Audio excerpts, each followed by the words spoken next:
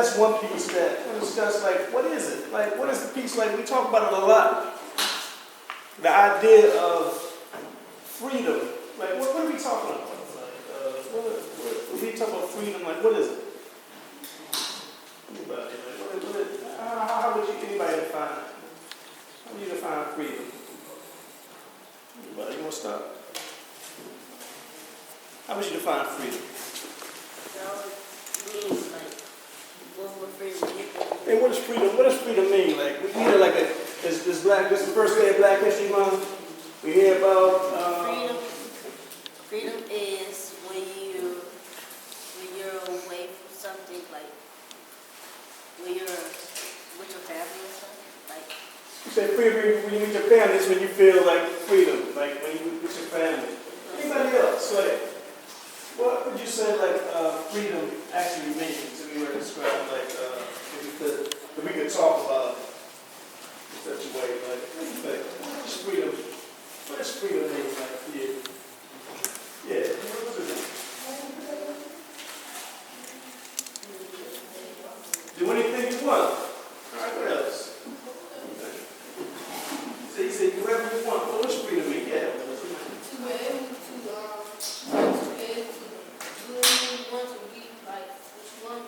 able Instead of being held back, you get to be what you want to be. Excellent.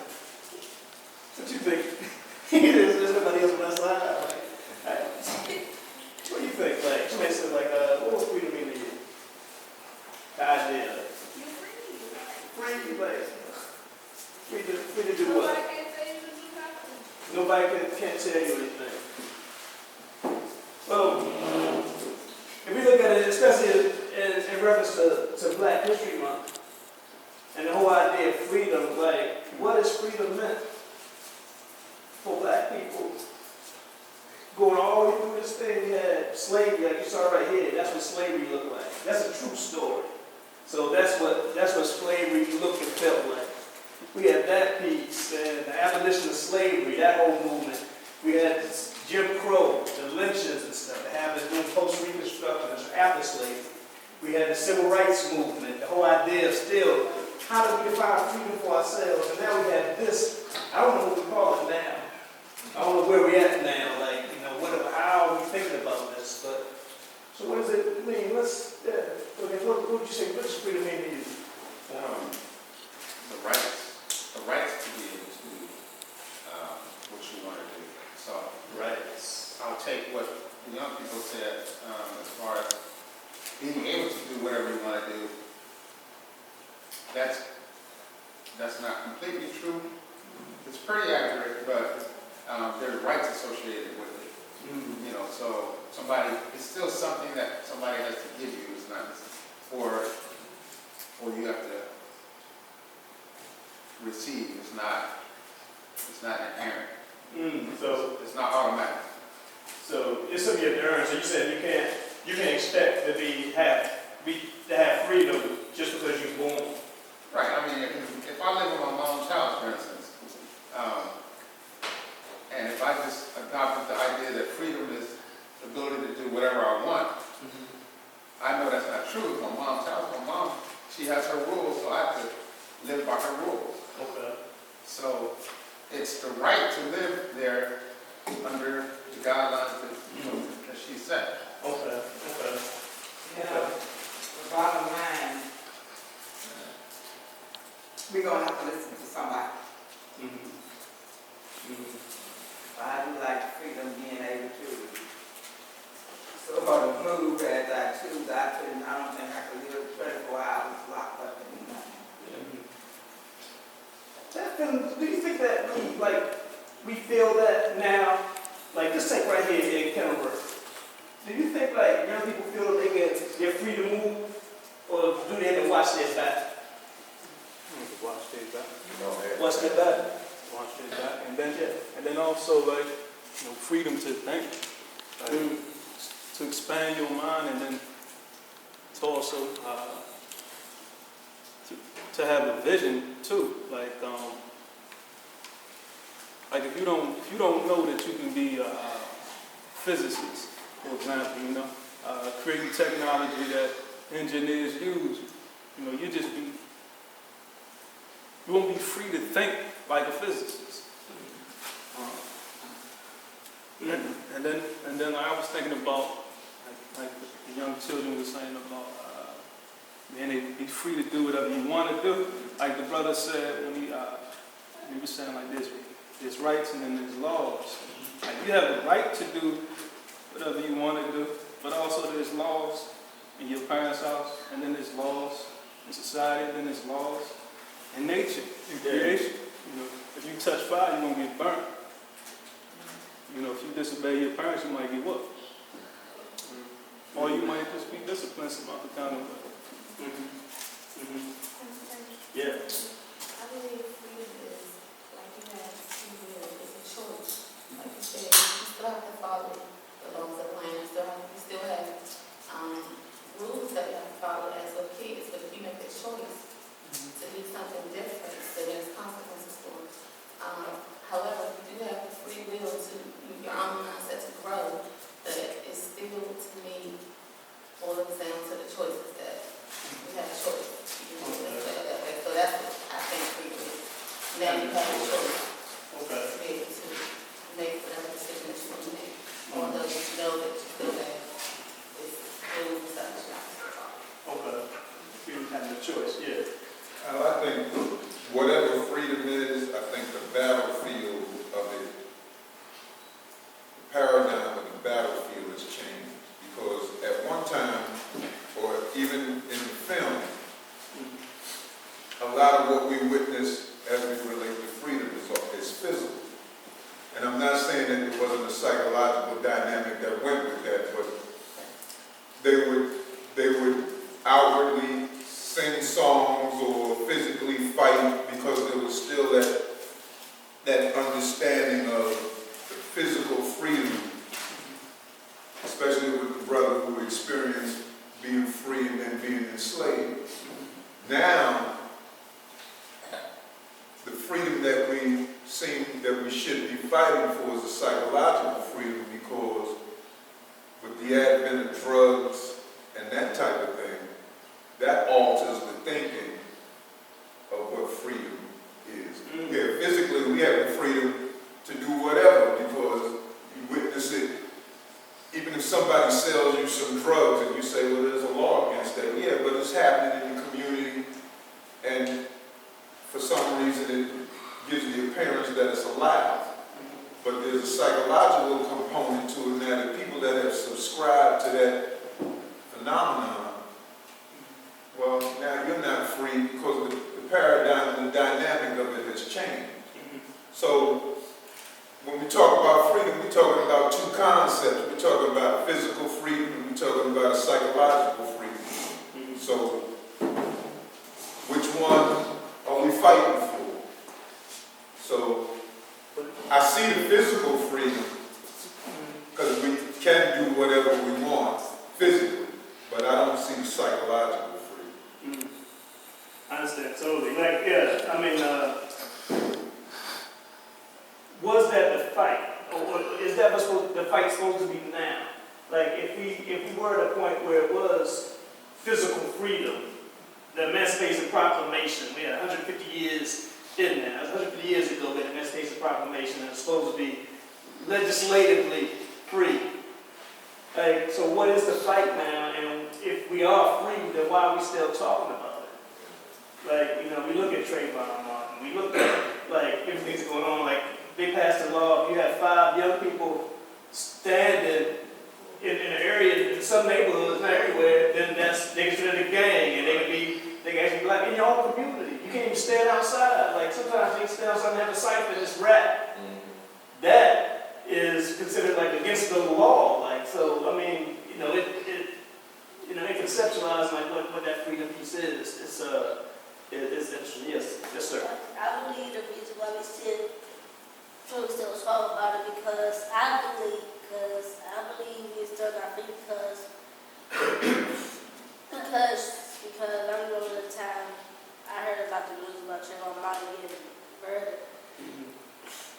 I wondered why he got murdered, because he didn't do nothing. All he did was just like go get something and then went back home, but then automatically the man just shot him. Excellent point. I mean, I had a term with young people, the whole idea of loafing. Is that don't get caught loafing. So that means even in your own community, you can't relax. If you relax, it's your fault. If you preyed upon because you actually relaxed, you wasn't aware of everything going on around you, then it's your fault. It's your fault you took a loss. And, you know, apply that to like the Trayvon Martin piece, it's like you have to almost know and be aware of everything around you as like you're a victim in this land. And how can you experience freedom if you actually feel like that? So I wonder if that's part of the demand for drugs. Yeah. Freedom of me is for me is to my own independence because even in that movie, he had to make sacrifices that he didn't want to do to stay alive. So I mean, he kept saying, "I don't want to die." I mean, he was burning people, he was beating people, he was doing everything to stay alive because I think his family gave him hope. He knew deep down that one day he was going to go home to his family. He was constantly making sacrifices, constantly. But I think because he knew himself, he was at peace with himself. Like he knew that he couldn't die. Because if he died, the story couldn't be told. Yes, sir. And I watched a movie called Fruitville Station. It was a movie about Austin Grant, him getting shot on New Year's Day 2009. So like he got off the train and a dude started to fight with him, so they got in a fight. But the dude that was fighting him, he didn't get in trouble. He did. So he started moving. So Austin Grant started moving around saying he do nothing. And automatically the police just shot him. And his girlfriend heard him, but she didn't know what happened though. And he died. He died that day around 9, I think. Wow. California. So what is the fight now? Like as we talk about, like I know, like with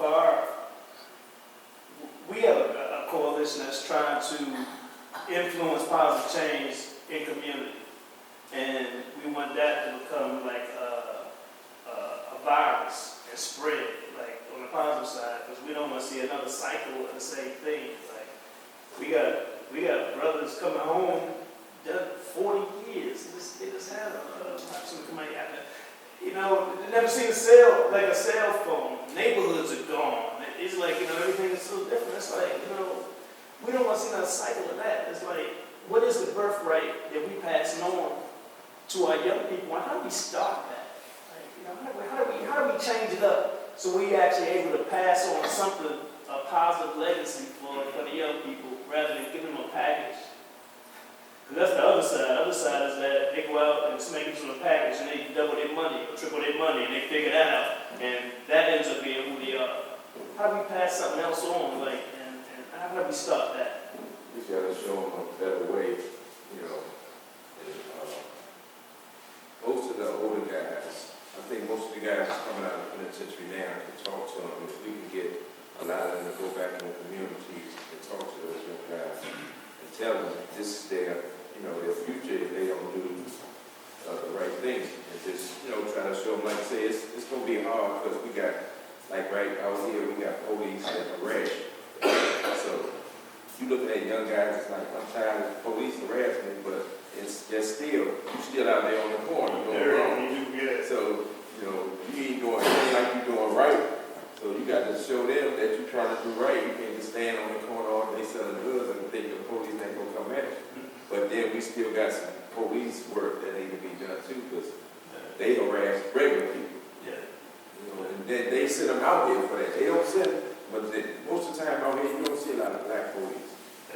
You see the white police out there. So, you know, automatically, that's going to be a discrepancy. That's in the last 10 years, man. It's changed. They'll stop me on the corner and told me, oh, yeah, you selling drugs or you want to snitch. I said, well, I look like I'm 16. I said, I just come from a job and you coming up on me with this. I said, you know, y'all need to find some better way to communicate with these young people because just harassing them ain't gonna work. Yeah. You know, they need to go back to the old days, police walking around talking to people, get to know them.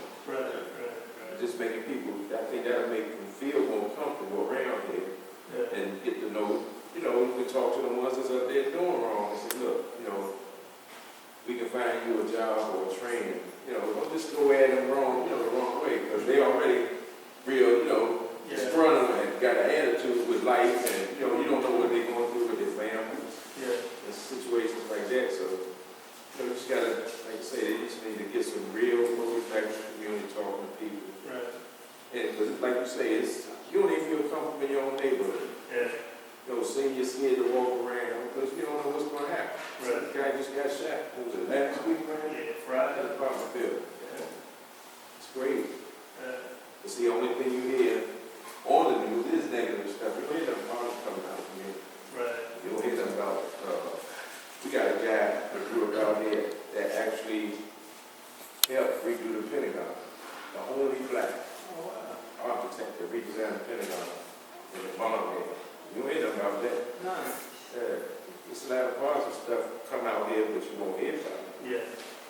But we got to work on that. There's a lot.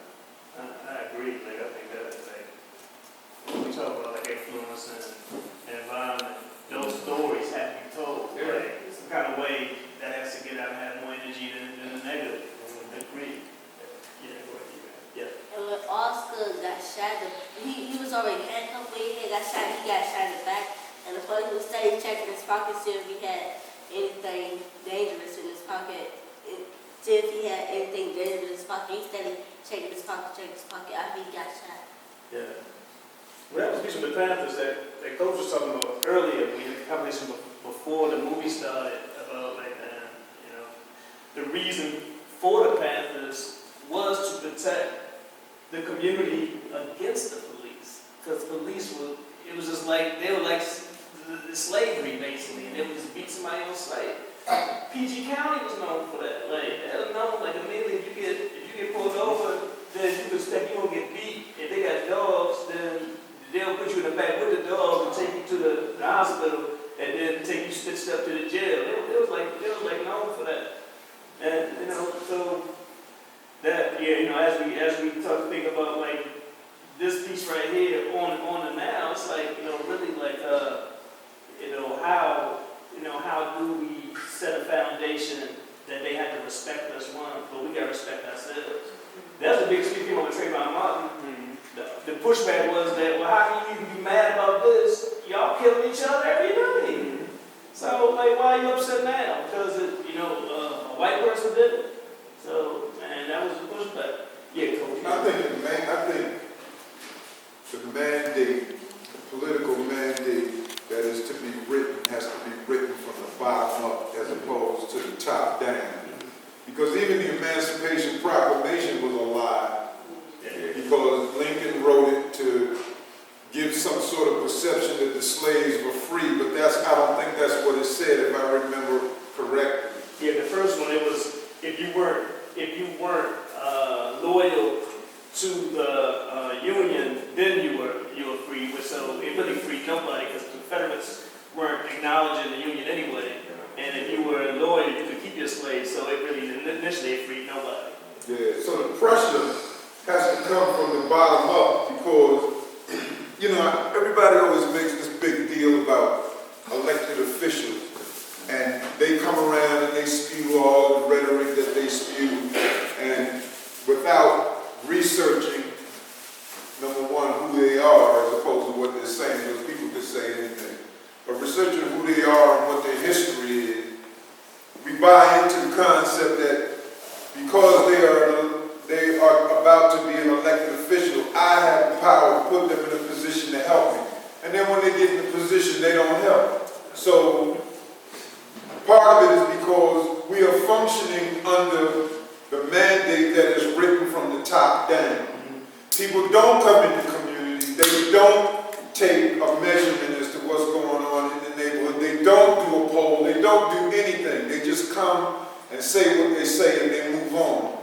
And then count the votes later. So and it doesn't even necessarily have to be elected officials within the community, but just people who would come to this community center and sit down and come up with a viable mandate as to how we want the neighborhood to look.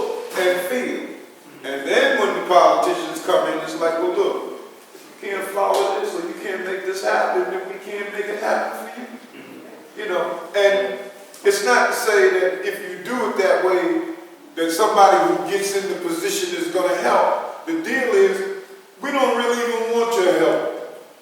We'll help ourselves. Because 9 times out of 10, once something starts rolling, people jump right on it. Yeah. They jump right on the bandwagon. And then it's like, you know, then they might want to even take credit for it. Well, if you want to take credit for whatever you think you're taking credit for, that's fine. But those who know what they did, that's where it'll go. And if we have to reward anybody, this is something else that's lost on us. We can reward ourselves. Just the very fact that we're sitting there watching this film is a reward. Because I saw the film, I saw it in the movie.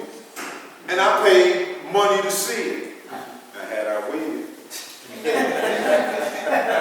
And I paid money to see it, and there was no discussion. You know what I mean?